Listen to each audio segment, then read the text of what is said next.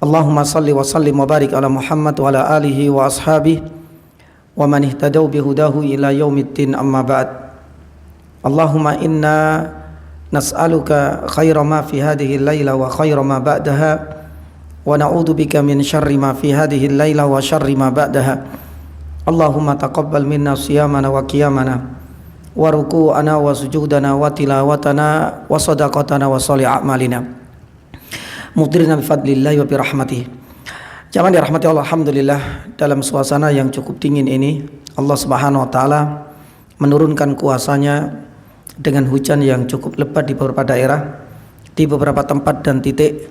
Mudah-mudahan dan harapan kita semua, hujan yang turun pada malam hari ini adalah tanda rahmatnya Allah Subhanahu wa taala dan bukan tanda Allah Subhanahu wa taala menurunkan azab untuk kita, waliyadzubillah. Dan pada malam hari ini insyaallah kita akan melanjutkan beberapa faedah yang belum sempat kita tuntaskan pada pertemuan sebelumnya. Kita sudah masuk bab tentang bab muraqabatullah, ya. Kemudian di bawah bab muraqabatullah ini banyak sekali hadis. Kita baru masuk pada hadis yang pertama. Hadis ini dikenal dengan hadis Jibril dan sangat panjang sekali disebut demikian karena Jibril mendatangi Nabi SAW dalam wujud seperti manusia. Sebagaimana hadis ini juga dicantumkan oleh Imam Nawawi di dalam Al-Arba'in Nawawiyahnya, dan sepertinya hadis Jibril ini bukan lagi hadis yang asing di kalangan para tulabul ilm, dan banyak diulas, dikupas pun demikian, dijadikan sebagai pembahasan khusus dalam kitab yang sudah tercetak karena banyaknya faedah yang bisa kita petik darinya. Kita baru sampai pada pertemuan yang kedua dari faedah yang bisa kita petik dari hadis ini, dan mudah-mudahan bisa tuntas malam hari ini. Kalau seandainya tidak, berarti masih ada lanjutan pada pertemuan selanjutnya, dan itu adalah bagian yang keempat. Jamaah dirahmati Allah, di antara faedah yang sudah kita sampaikan dahulu adalah tentang sabab urutnya. Mudah-mudahan masih ingat. Ya, ternyata hadis ini bercerita panjang lebar disampaikan oleh Abdullah ibnu Umar sebagai bentuk bantahan kepada sekte Qadariyah. Karena sekte Qadariyah ini meyakini bahwa Allah Subhanahu wa taala tidak intervensi sama sekali terhadap nasib makhluknya atau hambanya. Maka hadis inilah kemudian diceritakan oleh Abdullah Umar karena beliau pernah langsung mendengar dari ayahnya, dan ayahnya Umar mendengar dari Nabi sallallahu alaihi wasallam kisah tentang kedatangan malaikat Jibril dalam wujud manusia. Lah di situ ada pertanyaan tentang rukun iman, dan tidak akan sempurna keimanan seseorang sampai beriman kepada qada dan qadar. Ini yang menjadikan sebab diriwayatkannya hadis yang sangat panjang ini. Kemudian yang kedua, dulu kita sampaikan jamaah dirahmati Allah tentang yani faedah ya sekte-sekte sesat, ya, di mana ada tiga kata Imam Ibnul Qayyim. Mereka sulit sekali untuk bertawakal, termasuk salah satunya adalah Qadariyah. Ya, padahal tawakal itu kata para ulama nisfuddin. Sebagian dan separuh dari agama ini ada pada tawakal, sebagian yang lain ada pada ibadah.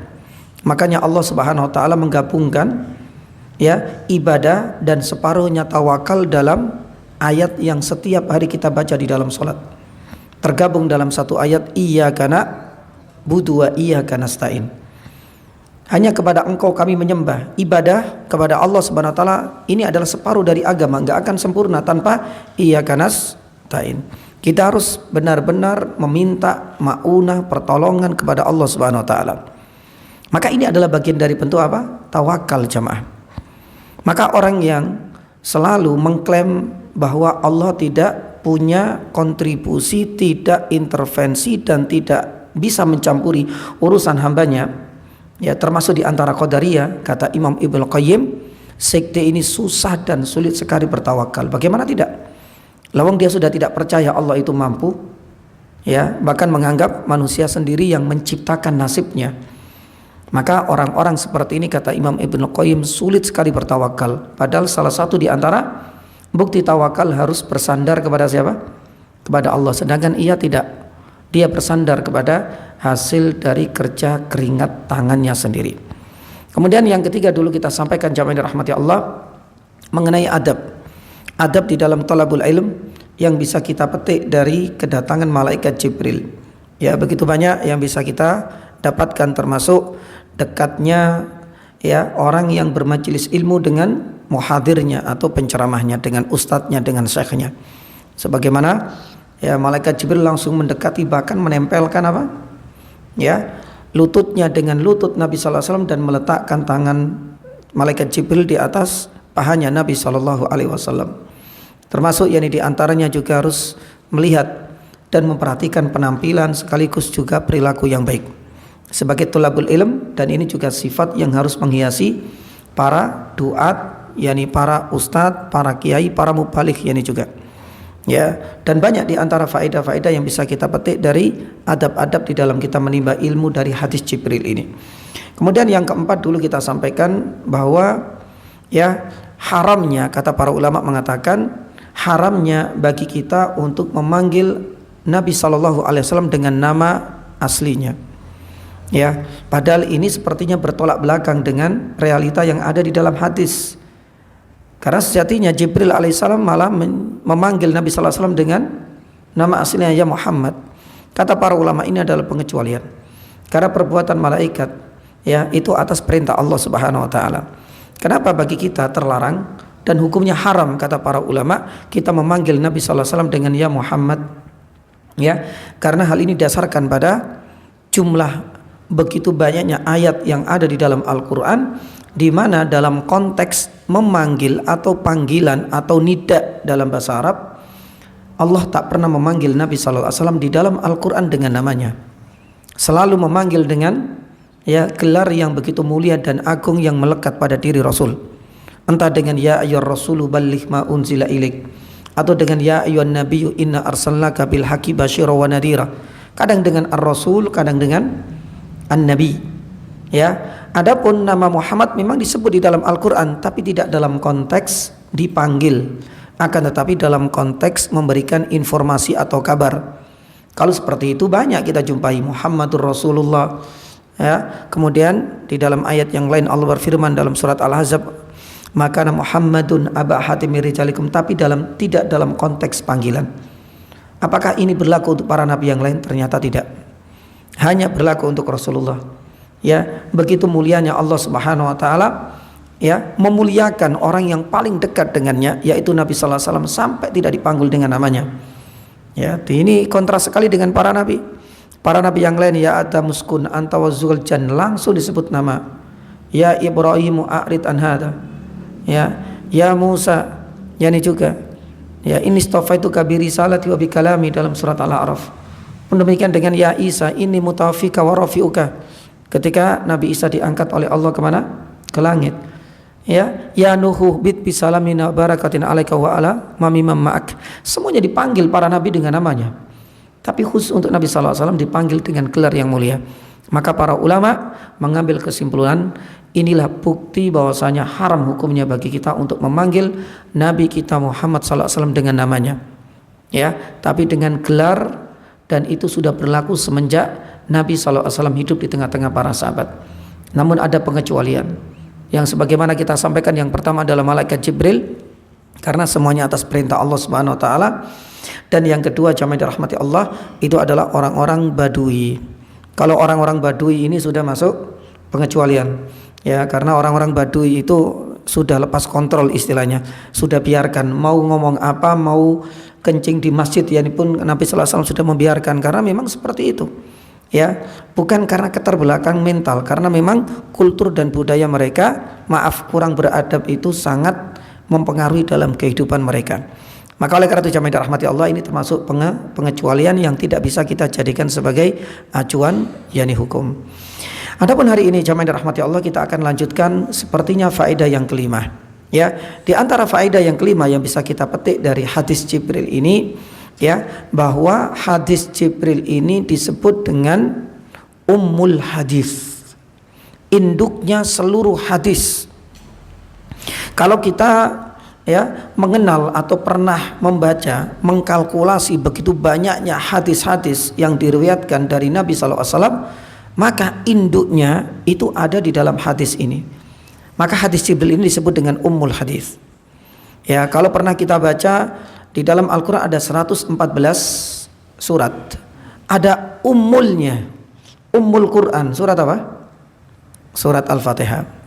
Ya, karena hampir semua intisari dari surat-surat Al-Qur'anul Karim itu diwakili, istilahnya itu terangkum, intisarinya ada di dalam surat Al-Fatihah. Makanya surat Al-Fatihah disebut dengan Ummul Quran atau Ummul Kitab. Atau mungkin barangkali kita mengenal banyak sekali daerah-daerah kota yang ada di atas muka bumi ini, tapi semuanya terangkum, pusatnya, kiblatnya ada pada Ummul Qura. Di mana itu? Yang di Makkah. Maka yang di sini itu artinya apa? Induknya. Sebagaimana juga hadis ya nih jemaah. Dari semua hadis yang diriwayatkan oleh Nabi sallallahu alaihi wasallam, yang tentunya jumlahnya lebih banyak daripada jumlah ayat di dalam Al-Qur'an, itu ternyata intisarinya, induknya ada di dalam hadis Jibril. Maka oleh karenanya jamaah dirahmati Allah, Imam Ibnu Hajar Al-Asqalani dalam Fathul Bari mengatakan, ya, ada alasan kenapa beliau menyebut hadis Jibril disebut dengan ummul hadis, induknya dari seluruh hadis yang diriwayatkan dari Nabi sallallahu alaihi wasallam. Ya, yang pertama dikarenakan hadis ini mencakup tingkatan-tingkatan agama. Ada 3 pilar agama yang semuanya disebut di dalam satu hadis ini. 3 maratib dan tingkatan agama ini, yang pertama disebutkan oleh Rasul adalah Islam. Ya, istilahnya kalau seandainya ini adalah piramid, maka berarti yang paling bawah Islam. Baru rukun Islam berarti semua rukun Islam yang 5. Kemudian di atasnya lagi ada yakni iman. Disebutkan oleh Rasulullah SAW rukun iman seluruhnya. Baru kemudian yang paling atas, tingkatan yang paling tinggi apa? Ihsan. yakni dengan 2 jenis dan macam yang nanti kita akan sampaikan. Maka oleh karena itu jamaah dirahmati Allah Subhanahu wa taala, ya, Islam ini pokok dasarnya ada di 3 tingkatan ini.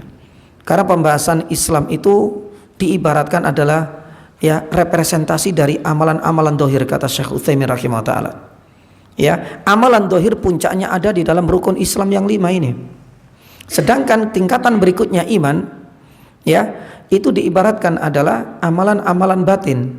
Dan tidak ada amalan-amalan batin yang paling afdol kecuali kita mengimani dan mempercayai rukun iman yang 6. Mulai dari iman kepada Allah sampai iman kepada qada dan takdir yang baik maupun yang buruk. Tidak ada keimanan yang paling wajib kita pelajari, kita fahami dan kita yakini melebihi iman kepada rukun yang 6 ini. Adapun pelengkapnya jamaah dirahmati Allah itu adalah al-ihsan, ya, dan al-ihsan inilah dijelaskan oleh Nabi sallallahu alaihi wasallam dengan 2 jenis. Anta budallaha ka'annaka tara fa illam takun tara fa innahu yaraka. Maka dari sinilah alasan yang dikemukakan oleh Ibnu Hajar Al-Asqalani kenapa hadis ini disebut dengan induknya hadis, karena hampir seluruh pokok-pokok dasar agama Islam terangkum dalam satu hadis ini. Mulai rukun Islamnya, mulai rukun imannya, sampai 2 jenis ihsan pun disebutkan dalam satu hadis. Karena terkadang kita jumpai di dalam hadis yang lain hanya menyebut tentang mangkana yu'minu billahi wal yaumil akhir. Terkadang menyebut rukun iman hanya sebagian, tentang iman kepada qada dan qadar. Terkadang rukun Islam pun sama, disebutkan cuma sebagian. Atau disebutkan rukun Islam bunyal Islamu ala khamsin, rukun Islam tok, tapi tidak disebutkan rukun yakni iman. Akan tetapi dalam hadis ini full, lengkap. Ya, maka pantaslah hadis Jibril ini disebut dengan ummul hadis, induknya para hadis. Ini alasan pertama. Alasan yang kedua diperkuat kata para ulama dengan pengakuan dari Nabi sallallahu alaihi wasallam di akhir hadis ini. Ketika Nabi sallallahu alaihi wasallam bertanya siapa orang ini, ya, para ulama para sahabat menjawab Allah wa rasulu a'lam. Hanya Allah dan Rasulnya yang faham ya Rasulullah. Nabi sallallahu alaihi wasallam mengatakan apa? Innahu Jibril atakum yu'allimukum dinakum. Nabi sallallahu alaihi wasallam menjelaskan bahwasanya Jibril inilah yang sebenarnya berwujud manusia, datang kepadamu mengajarkan apa? Din, agamamu. Maka berarti semua 3 tingkatan ini adalah bagian dari pokok din, yaitu agama Islam ini. Ya, Jibril tidak mengajarkan tentang rukun Islam, tidak, Rasulullah tidak mengatakan demikian. Jibril tidak datang hanya mengajarkan secara parsial rukun iman, tidak. Tapi Rasul mengatakan yu'allimukum dinakum, mengajarkan agama kepadamu. Ya, maka inilah yang menjadi bukti yang kedua, menunjukkan bahwasanya pantas bila hadis Jibril disebut dengan ummul hadis, induknya hadis. Ya, adapun yang ketiga ini didukung oleh perkataan dari para ulama, termasuk Imam Nawawi sendiri. Imam Nawawi rahimahullahu taala ya di dalam kitab Syarah Sahih Muslim itu pernah juga memberikan catatan, memberikan keterangan terhadap hadis ini. Beliau mengatakan hada haditsun adimun mushtamalun ya ala sairil ibadat adz-dzahira wal batinah. Kata beliau, hadis ini adalah hadis yang sangat mulia agung karena mencakup seluruh amalan ibadah yang zahir maupun yang batin. Bahkan mencakup uqudul iman, berkaitan dengan keimanan, berkaitan dengan amal jawarih, perbuatan anggota badan, ya, sampai berkaitan dengan amalan hati dan seluruh amalan-amalan yang itu sudah mengikat dan terikat kuat dengan anggota badan kita, itu semuanya terangkum dalam satu hadis ini. Ya, ini juga pengakuan dari Imam Nawawi, bahkan ulama yang lain semisal mohon maaf Ibnu Daqiq Al-Id rahimahullah taala juga pernah mengatakan hadal haditsu jami'un li anwa'i ulumi syariah. Ya, ilmu syar'i ini kan banyak cabang dan rukunnya. Ada ilmu akidah, ilmu tafsir, ilmu ya fikih, ilmu usul fikih, ilmu hadis. Kata Ibnu Daqiq Al-Id, ya, hadis ini sudah menjadi bukti jami'un, mencakup semua rumpun dan macam ilmu-ilmu yakni syariat. Karena memang ya inilah pokok dasar dan tegaknya ya agama Islam. Sebagaimana Jibril yang digambarkan oleh Nabi sallallahu alaihi wasallam yu'allimukum dinakum, mengajarkan kepadamu perkara agama. Baik, ini adalah faedah yang kelima. Adapun faedah yang keenam, ya, kita akan membahas tentang faedah yang selalu berkaitan dengan hadis Jibril. Apa itu? Korelasi antara iman dan Islam, hubungan antara iman dan Islam. Ini selalu disebut dalam bahasan-bahasan ilmu akidah. Ya, lah ini pun sama. Kita akan jelaskan ini pula. Jadi hubungan antara iman dengan Islam ini kata para ulama ya disebutkan dalam sebuah kaidah idza ijtama'a iftaraqa wa idza iftaraqa ijtama'a. Ya, idza ijtama'a iftaraqa. Ini adalah kaidah pertama. Dua istilah ini kalau seandainya bersatu disebutkan dalam satu konteks, maka berarti maknanya pasti berbeda. Ya, jadi iman dan Islam kalau disebutkan dalam teks hadis yang sama, dalam konteks yakni apa? Kejadian yang sama, pasti maknanya berbeda. Islam punya makna, iman pun punya makna. Ya, ini adalah kaidah pertama. Dan hadis Jibril ini adalah buktinya. Karena ketika Rasulullah ditanya mal Islam, dijawab dengan rukun Islam. Ketika ditanya mal iman, apa itu iman, dijawab dengan rukun iman. Berarti kan iman berbeda dengan Islam karena disebutkan dalam satu konteks. Ya, ini adalah bukti pertama. Sebagaimana pula ada bukti yang lain ketika iman dan Islam dibukti atau disebutkan dalam satu teks. Dalam surat Al-Hujurat ayat yang ke-14. Dalam surat Al-Hujurat ayat yang ke-14 Allah Subhanahu wa taala mengisahkan qalatil a'rabu amanna walakin qulu aslama kullam tu'minu walakin qulu aslamna. Orang-orang Badui ya kemudian mengklaim, mengaku, datang-datang, wahai Muhammad, kami ini adalah orang yang beriman. Kata Nabi sallallahu alaihi wasallam, tunggu dulu ya, tingkatan iman lebih tinggi apa lebih rendah daripada Islam? Lebih tinggi mana? Paling bawah tadi apa? Islam. Lebih baik, lebih tinggi malah lagi apa? Iman. Datang-datang mengatakan kami sudah beriman. Allah Subhanahu wa taala menjelaskan, ya, kullam tu'minu walakin qulu aslama, kalian belum beriman. Ya, tapi katakan saja kalian itu aslamna, masuk Islam. Kenapa demikian jamaah dirahmati Allah? Itu menunjukkan dua hal. Yang pertama bahwa kita itu kewajiban kita menghukumi amalan zahir. Ya, makanya pengakuan terhadap Islam itu paling kuat. Karena kita tidak bisa mendeteksi keimanan seseorang karena keimanan seseorang itu amalan apa? Batin. Ya, itu adalah faedah pertama. Maka jangan mengklaim. Ya. Maka oleh karenanya kalau seandainya kita tahu ada orang yang mungkin agak goyah, ya, mungkin ada yang mengatakan dia murtad dan lain sebagainya, maka yang kita lihat dan kita jadikan standar itu adalah amalan dohir terlebih dahulu. Hal inilah yang juga yang menjadi bukti juga terjadi pada zamannya Nabi Shallallahu Alaihi Wasallam. Ketika dalam peperangan, Nabi Shallallahu Alaihi Wasallam ini memberikan harta rampasan ghanimah kepada orang-orang yang baru masuk Islam, mu'allaf istilah kita, ya. Sedangkan yang lain nggak dikasih, ya. Datanglah saat yang datang kepada Nabi Sallallahu Alaihi Wasallam, ya Rasulullah, inni la arahu mu'minan, ya Rasulullah, aku kira mereka ini adalah orang-orang yang mukmin, pantas untuk juga mendapatkannya, ya, au musliman, atau muslim. Para ulama mengatakan kenapa Nabi Sallallahu Alaihi Wasallam seakan-akan mengingkari ucapan mukmin, ya. Karena orang-orang yang baru masuk Islam itu iman masih masuk secara perlahan, karena ini amalan hati. Karena yang bisa kita jadikan sebagai standar untuk menentukan itu adalah Islamnya, bukan imannya. Karena Islam itu adalah sesuatu yang zahir. Oleh karenanya jamaah dirahmati Allah, di dalam kaidah-kaidah ya Ahlussunnah wal Jamaah, ya, ketika kita itu diminta untuk menghukumi seseorang itu al-hukmu ala dzawahir atau al-hukmu ala bawatin. Kita disuruh untuk menghukumi seseorang berdasarkan zahirnya atau batinnya, yakni zahirnya. Ya, hal ini selalu didasarkan pada kisah Usama bin Zaid. Ini adalah satu di antara dua kejadian di mana Nabi sallallahu alaihi wasallam menunjukkan emosi marah kepada Usama, padahal Usama ini adalah ibnu hibbi Rasulullah sallallahu alaihi wasallam. Ya, karena ayahnya Zaid ibnu Haritha itu adalah kekasihnya Nabi, sedangkan putranya Usama ibnu Zaid, seorang panglima, ini juga mendapatkan gelar yang sama, makanya ibnu hibbi Rasulullah sallallahu alaihi wasallam.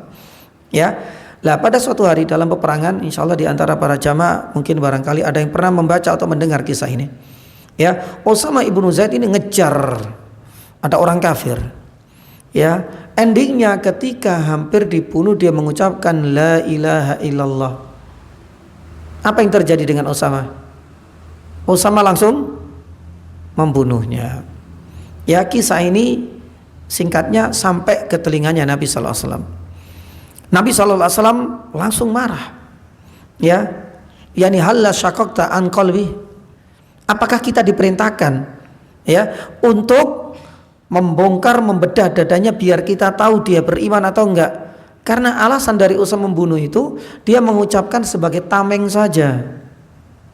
Karena menurut versinya Usama, dia mengucapkan la ilaha illallah agar tidak dibunuh, tapi hatinya dia masih kufur. Tapi kemudian ditegur oleh Nabi sallallahu alaihi wasallam. Kita diperintahkan menghukumi seseorang berdasarkan apa? Zahir. Karena batin ini kita enggak tahu, dan itu adalah haknya Allah SWT yang tahu.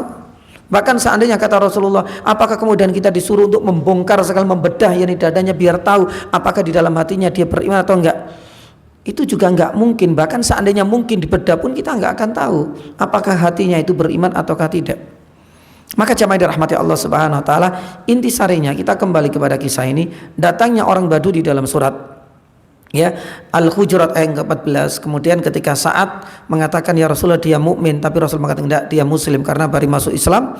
Itu menunjukkan bahwa kita disuruh untuk menghukumi saudara kita berdasarkan amalan-amalan yang zahir. Dan faedah yang kedua menunjukkan bahwa keimanan tingkatannya lebih tinggi. Ya, karena kalau orang dihukumi secara zahir lebih mudah. Ya, karena orang itu bisa langsung dideteksi dia sholat atau enggak, dia puasa apa enggak. Adapun untuk masalah batin itu akan masuk secara perlahan ke dalam relung hati seseorang. Makanya tingkatan iman itu lebih tinggi.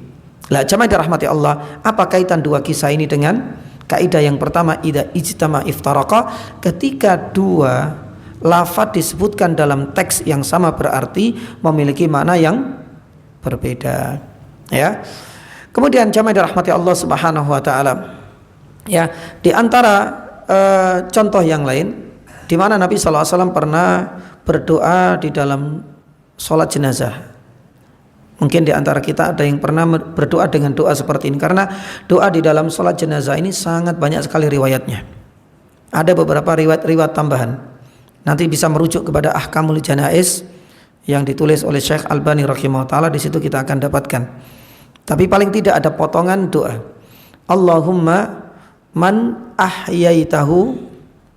Terus apa? Ada yang pernah baca doa ini? Fa ahyihi yani alal Islam. Wa man tawaffaitahu minna, ya Allahumma man ahyaitahu minna fa ahyi alal Islam. Wa man tawaffaitahu minna tawaffahu alal iman. Nah, di sini disebut pertama Islam dan yang kedua disebut apa?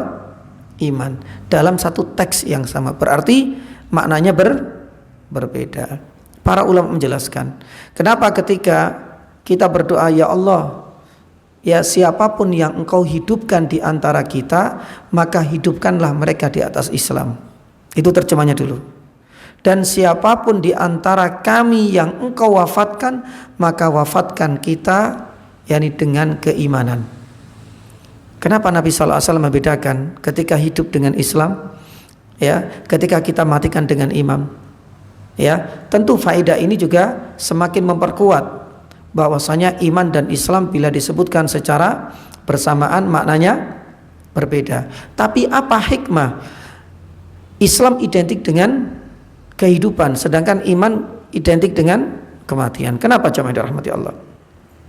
Itu menunjukkan bahwasanya selama kita hidup, ya, kita itu dituntut hanya menghukumi amalan-amalan zahir, dan itulah sebenarnya rukun Islam yang kita kenal itu. Ya, adapun ketika kita mati jamaah dirahmati Allah, maka otomatis ya tidak ada lagi kewajiban untuk melaksanakan amalan zahir dengan kematian kita. Yang kita butuhkan adalah modal iman. Itulah yang akan menyelamatkan kita dan yang akan juga membawa yakni kita untuk menjadi bekal di liang lahat. Itulah perbedaan kata para ulama. Ya, kenapa kemudian ketika berkaitan dengan kematian, waman tawaffaitahu minna tawaffahu bil Islam, tidak, tapi bil iman. Ya, karena Islam itu sudah selesai masanya dengan kehidupan. Tapi kalau kematian, tidak ada lagi kewajiban kita melaksanakan ibadah-ibadah yang kental sekali dengan rukun Islam, yaitu amalan-amalan zahir. Ya, itulah jawaban dari para ulama. Taib. Jamaah dirahmati Allah Subhanahu wa taala, ini adalah kaidah pertama. Hubungan pertama antara Islam dan iman ketika disebutkan dalam satu konteks pasti maknanya berbeda. Apa perbedaannya? Berarti kalau iman identik dengan rukun iman yang 6, kalau seandainya Islam maka berarti identik dengan rukun Islam yang 5. Ya, sebagaimana tadi surat Al-Hujurat ayat 14, kisahnya Sa'ad juga, pun demikian doa di dalam sholat jenazah, termasuk juga dalam hadis Jibril. Kemudian kita meloncat ke hadis ke kaidah yang kedua. Wa idza ya iftaraqa ijtama'a. Ini sebaliknya. Kalau seandainya ya disebutkan salah satu dalam teks, maka berarti sudah mencakup makna yang lain. Kalau disebutkan iman saja berarti Islam sudah include maknanya di situ. Itu kalau seandainya disebutkan hanya satu lafadz saja, satu istilah saja. Itulah terjemahan dari wa idza iftaraqa istama'a.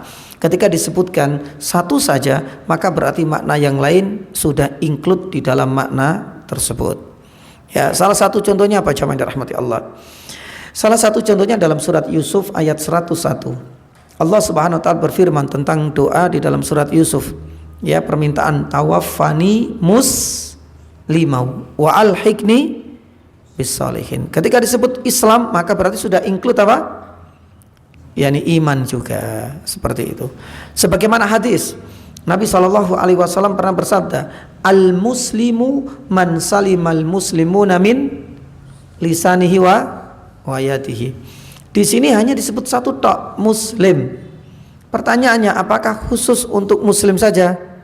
Karena disebut cuma satu, maka berarti dalam teks ini sudah mencakup apa? Iman. Sama juga ketika iman disebut sendirian, dan itu banyak kita jumpai in kuntum mu'minin di dalam akhir ayat kan. in kuntum mu'minin berarti sudah include makna Islam. Sama juga ketika Nabi sallallahu alaihi wasallam itu bersabda al-imanu bid'un wa sab'un syu'bah, di dalam redaksi yang lain bid'un wa sittuna syu'bah. Islam itu ada 60 lebih, dalam redaksi lain 70 lebih tingkatan. Yang disebut sini cuma satu, apa itu? Iman, tapi sudah include makna apa? yakni Islam. Seperti itulah yang dijamai dirahmati Allah, hubungan dan korelasi antara iman dan Islam. Kalau disebutkan dalam satu teks bersamaan pasti maknanya berbeda. Apa perbedaan? Ya seperti kita ya membedakan antara rukun Islam dengan rukun iman. Tapi kalau seandainya cuma disebutkan satu yakni saja, maka berarti makna lain sudah include di dalam makna yang pertama, dan itulah kaidah yang difahami oleh Ahlus Sunnah wal Jamaah. Taib, jamaah dirahmati Allah Subhanahu wa taala. Ya, masalah hal ini ternyata tidak hanya pada iman dan Islam. Ya, di dalam beberapa istilah syariat kadangkala juga mengikuti kaidah seperti ini. Kalau ngumpul bareng maknanya pasti berbeda. Kalau seandainya disebutkan salah satu, gabung maknanya. Seperti apa ya nih jamaah yang dirahmati Allah? Seperti fakir dan miskin. Ya, kalau disebutkan ya fakir yani saja berarti sudah include makna di situ miskin. Tapi kalau disebutkan dalam satu teks berarti berbeda sama maknanya. Berbeda. Coba kita lihat di dalam surat At-Taubah ayat 60. Ya, di dalam surat At-Taubah ayat 60 ini adalah tentang ya mustahik zakat. Ketika menyebutkan mustahik zakat, dua-duanya disebut. Allah berfirman, innamas shadaqatu lil fuqara'i wal masakin. Lah kalau disebut bersamaan maknanya sama apa enggak? Enggak. Makanya para ulama mengatakan ya bahwasanya fakir dan miskin berbeda ketika disebutkan secara bersamaan seperti dalam teks ayat At-Taubah 60 ini. Ya, kira-kira lebih sengsara mana kondisinya? Lebih rendah mana kondisi ekonominya, antara fakir ataukah antara miskin? Fakir apa miskin? Lebih parah mana coba? Lebih parah fakir ya nih coba. Kenapa demikian? Karena di dalam ayat ini salah satu buktinya ya. Ayat ini menyebutkan lebih dahulu fakir dulu apa miskin dulu? Ya, Allah berfirman, innamas shadaqatu. Shadaqah di sini adalah makna lain dari zakat. Karena zakat itu ya mustahik zakat didistribusikan kepada orang-orang khusus, jumlahnya 8. Tapi kalau sedekah yang sifatnya sunnah bebas kepada siapapun. Lah di sini Allah berfirman, innamas shadaqatu lil fuqara, fakir dulu. Makanya salah satu di antaranya adalah Imam Syafi'i rahimahullah ta'ala mengatakan bahwasanya kondisi fakir lebih mengenaskan, lebih sengsara daripada kondisi miskin. Salah satu alasannya kata Imam Syafi'i rahimahullah ta'ala ya karena disebutkan lebih awal. Lebih awal ini menunjukkan kondisinya paling mengenaskan. Makanya mereka inilah orang yang paling layak didahulukan, diutamakan, diprioritaskan untuk bisa menerima yakni zakat. Ya, bahkan beberapa ulama menunjukkan bahwasanya fakir lebih melarat istilahnya daripada miskin. Ya, itu ada di dalam surat Al-Kahfi. Kalau seandainya kita lihat di dalam surat Al-Kahfi ya ayat 80-an ya terkait apa? Kisahnya Nabi Khidir. Nabi Khidir ini kan minta kepada Nabi Musa untuk sabar. Jangan mengkritisi dan jangan juga menyela. Pokoknya suruh sabar. Kejadian pertama yang dilakukan Nabi Khidir apa? Ngerusak apa? Merusak perahu. Nah coba ya, ketika Nabi Khidir itu menjelaskan, menyebut masakin atau fuqara. Ya, para ulama mengatakan di sini disebutkan apa? Wa amal masakin. Disebutkan bahwasanya mereka adalah orang miskin. Miskin tapi punya apa? Kapal. Berarti kondisi miskin lebih enak kondisi ekonominya daripada yakni fakir. Lah itu adalah dalil kedua. Ya, makanya Imam Syafi'i rahimahullah taala ini sepertinya tidak bisa diterapkan. yakni untuk kondisi Indonesia apalagi lewat BPS untuk menunjukkan fakir miskin ini berapa sih kira-kira apa batas minimalnya. Karena secara umum kata para ulama, salah satu Imam Syafi'i, ya, fakir kan lebih rendah. Itu diibaratkan, ya, dia itu belum bisa mencukupi separuh dari kebutuhan, ya, untuk hari itu. Sedangkan untuk miskin itu masih bisa mencukupi separuh bahkan full untuk hari itu.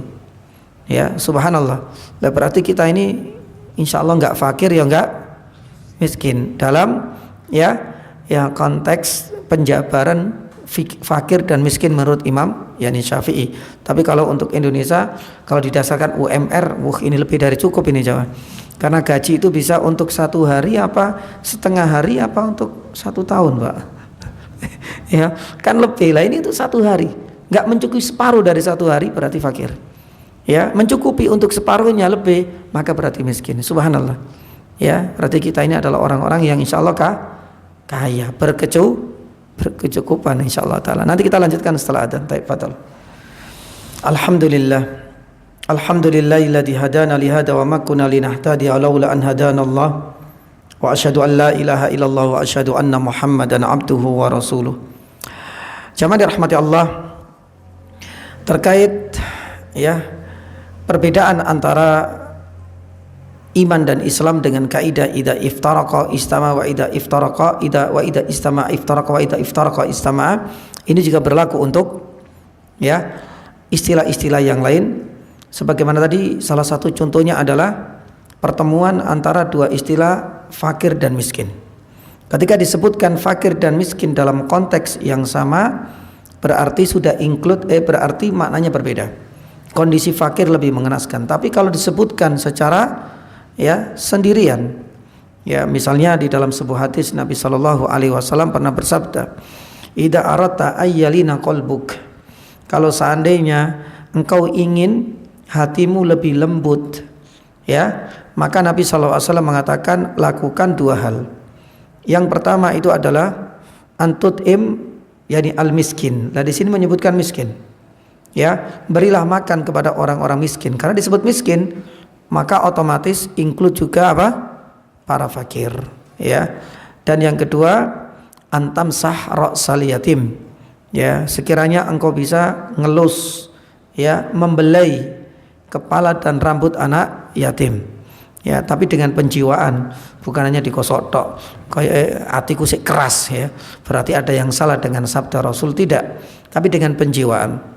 Ya, kita bisa merasakan bagaimana ya anak yatim ini kan kehilangan sang ayah. Ya, mereka sudah bertahun-tahun lamanya kehilangan sosok sang ayah. Mereka butuh yang namanya belayan dari laki-laki, dari orang-orang yang membelai dengan kehilangan sosok sang ayah. Maka itulah ya Nabi sallallahu alaihi wasallam ingin memberikan solusi alternatif. Kalau seandainya hati kita itu keras, maka butuh salah satu cara agar melunakkannya, ya, dengan menumbuhkan rasa empati, baik itu dengan memberikan makanan kepada orang-orang yang fakir miskin yang mungkin barangkali nggak pernah makan, ya, atau membelai ya kepala anak yatim karena mereka ini sudah lama mendambakan dan mengidam-idamkan yang bisa dibelai dengan kehadiran sosok sang ayah. Tapi ya sudah, ya hal itu tidak mungkin. Maka sebagai gantinya disitulah peran kita untuk yakni bisa menunjukkan empati, bisa menyambung yakni juga hajat hidup mereka, menjadi donatur yakni bagi mereka. Hal itu akan bisa menunjukkan empati dan melunakkan yakni hati kita. Taib. Jamaah dirahmati Allah Subhanahu wa taala. Inilah yakni di antara ya 2 kaidah yang disebutkan oleh para ulama, dan itu bisa diterapkan kepada yang lain. Sebenarnya ada contoh yang lain mungkin barangkali agar kita itu bisa ya lebih memahami 2 kaidah ini juga diterapkan kepada makna yang lain. Salah satunya adalah albir dan at-taqwa. Ya, kalau disebutkan secara bersamaan maknanya berbeda. Ya, misalnya di dalam surat Al-Maidah Allah Subhanahu wa taala firman, wa ta'awanu 'alal birri wat taqwa. Albir ini identik dengan amalan-amalan soleh, ibadah, melakukan pekerjaan ibadah. Sedangkan at-taqwa sebagian ulama mengatakan itu adalah meninggalkan kemaksiatan. Ya, itu kalau seandainya gabung jadi satu. Akan tetapi kalau seandainya disebutkan satu saja, takwa tok atau mungkin albir tok, maka berarti ya keduanya include maknanya. Ya, sebagaimana laisal birra an tuwallu wujuhakum qibalal masyriqi. Sebagaimana juga birrul walidain. Apakah birrul walidain ini hanya ya berbuat baik, adapun yakni kemaksiatan ya tidak mau kita tinggalkan? Tidak, sama-sama. Bir dan takwa include dalam satu makna ketika disebutkan satu lafaz ini saja. Wallahu taala alam. Tapi yang jamaah dirahmati Allah Subhanahu wa taala, ini adalah faedah yang keenam. Adapun faedah yang berikutnya yang ketujuh adalah tentang derajat ihsan. Dan ihsan ini kita jelaskan sedikit saja karena sisanya nanti kita akan sampaikan pada pertemuan yang selanjutnya. Secara umum ya, ihsan ini punya derajat, punya dua derajat. Derajat yang pertama, dan ini adalah derajat yang paling tinggi, disebut dengan musyahadah. Pernah kita sampaikan ya, ketika ada yang tanya dulu ya, musyahadah. Sebagaimana sabda Nabi, anta budallaha ka'annaka tarah. Ya, engkau beribadah kepada Allah seakan-akan engkau melihat. Ini adalah tingkatan yang paling tinggi, yaitu musyahadah. Sedangkan tingkatan yang berikutnya adalah muraqabah, yaitu kalimat yang berikutnya Nabi sallallahu alaihi wasallam mengatakan, fa in lam takun tarahu fa innahu yarak. Seandainya engkau tidak mampu ya melihat Allah Subhanahu wa taala, enggak bisa melihat Allah, yakinlah Allah Subhanahu wa taala akan terus mengawasimu. Ini disebut dengan muraqabah. Makanya musyahadah dan muraqabah ini sebenarnya kata para ulama dua tingkatan yang berbeda. Ya, musyahadah itu lebih utama ketika seseorang meyakini bisa melihat Allah Subhanahu wa taala. Tapi ini perlu digarisbawahi. Melihat Allah Subhanahu wa taala itu tidak dengan mata kepala yang kita. Makanya para ulama membagi menjadi dua. Melihat Allah Subhanahu wa taala itu ada saatnya di dunia dan ada saatnya di akhirat. Kalau seandainya di dunia, melihat Allah Subhanahu wa taala itu dengan mata hati dan tidak dengan mata kepala. Ini adalah jumhur para ulama Ahlussunnah. Ya. Adapun kalau seandainya di akhirat nanti kita bisa melihat yakni dengan mata kepala. Ya, itu adalah kesimpulannya. Kalau seandainya di dunia enggak mampu, Allah Subhanahu wa taala berfirman, salah satunya itu adalah dalam surat Al-A'raf ayat 143. Ini kisah Nabi Musa alaihissalam. Ketika Nabi Musa meminta kepada Allah, Rabbi arini andur ilaik. Ya Allah, tunjukkanlah. Ini kan ketika masih hidup kan, berarti di dunia. Rabbi arini andur ilaika, tunjukkan kepadaku biar aku langsung melihat langsung dengan mata kepalaku. Allah Subhanahu wa taala membantahnya. Qala lan tarani, engkau enggak akan sanggup. Ya. Akhirnya kemudian baru itu langsung kemudian dipingsankan oleh Allah Subhanahu wa taala. Di dunia enggak mungkin bisa, enggak ada satupun dengan mata kepala. Tapi kalau dengan mata hati sangat mungkin. Itulah sebenarnya hakikat dari musyahadah. Tapi apa maksud dengan mata hati? Para ulama mengatakan bahwasanya melihat Allah dengan mata hati itu adalah merasakan, menjiwai dengan hati bahwasanya Allah itu pencipta. Allah itu melihat kita. Allah itu yang menghidupkan. Allah itu yang mematikan dengan semua kuasa-kuasanya Allah Subhanahu wa taala dan sifat-sifatnya yang mulia. Ketika kita merasakan seperti itu, itulah hakikat kita melihat Allah Subhanahu wa taala sebagaimana tingkatan musyahadah, anta budallaha ka'annaka tarahu. Ya, melihat apa? Ciptaan Allah Subhanahu wa taala. Merasakan kuasa Allah menciptakan alam semesta dengan kuasanya. Maka ketika kita merasakan demikian dan melihat hasilnya alam semesta ini, itulah bukti musyahadatullah. Tapi tidak dengan mata kepala. Kita hanya bisa mampu melihat dengan mata kepala. Itu adalah apa? Bukti konkret produknya Allah, yaitu alam semesta. Ya, adapun ya melihat di dunia itu yakni dengan merasakan lewat amalan yakni hati. Itu para ulama mengatakan demikian. Ya, dan itu juga diperkuat oleh cerita Nabi sallallahu alaihi wasallam di dalam kisah Isra Mi'raj. Nabi sallallahu alaihi wasallam enggak bisa melihat. Ketika ditanya oleh para sahabat, "Ya Rasulullah, hal ra'aita rabbak?" Apakah engkau bisa melihat langsung dengan mata kepalamu Isra Mi'raj ketika masih di dunia? Nabi sallallahu alaihi wasallam mengatakan, "Nurun anna arahu." Ada cahaya yang menghalangiku. Sama juga Nabi Musa minta enggak diijabahi. Ya, Rasul sallallahu alaihi wasallam ketika sudah berbicara dengan Allah, mungkin enggak? Mungkin seperti saya berbicara misalnya dengan ummahat. Bisa terjadi pembicaraan komunikasi, akan tetapi saya enggak bisa melihat. Seperti itulah Rasulullah menjelaskan, nurun anna arahu. Ada pelita yang menghalangi antara diriku dengan Allah Subhanahu wa taala, meskipun komunikasi masih bisa terjadi. Maka dari dua kisah ini, kisah Nabi Musa, kisah Isra Mi'raj, menunjukkan bahwa Allah Subhanahu wa taala selama kita di dunia tidak bisa dilihat dengan mata kepala, ya, hanya dengan mata hati. Adapun berikutnya jemaah dirahmati Allah Subhanahu wa taala, di akhirat Allah Subhanahu wa taala sangat mungkin bisa dilihat karena dalil-dalilnya sangat banyak. Mungkin ya insyaallah pada pertemuan selanjutnya bisa kita sampaikan masalah hal ini, ya, sebagaimana masalah ini pernah saya sampaikan juga di Masjid Abdillah. Ada pertanyaan jemaah? Ada pertanyaan? Cukup insyaallah. Taib, yani barakallahu fikum ya. Mudah-mudahan pertemuan selanjutnya bisa kita sampaikan terkait melihat wajah Allah, dan kata Imam Ibnul Qayyim rahimahullah taala, mohon maaf, melihat wajah Allah di hari kiamat itu adalah nikmat yang paling agung, ya, melebihi kenikmatan di saat kita mampu menginjakkan satu kaki kita di surga. Itu belum bisa dibandingkan dengan ketika kita melihat wajah Allah Subhanahu wa taala.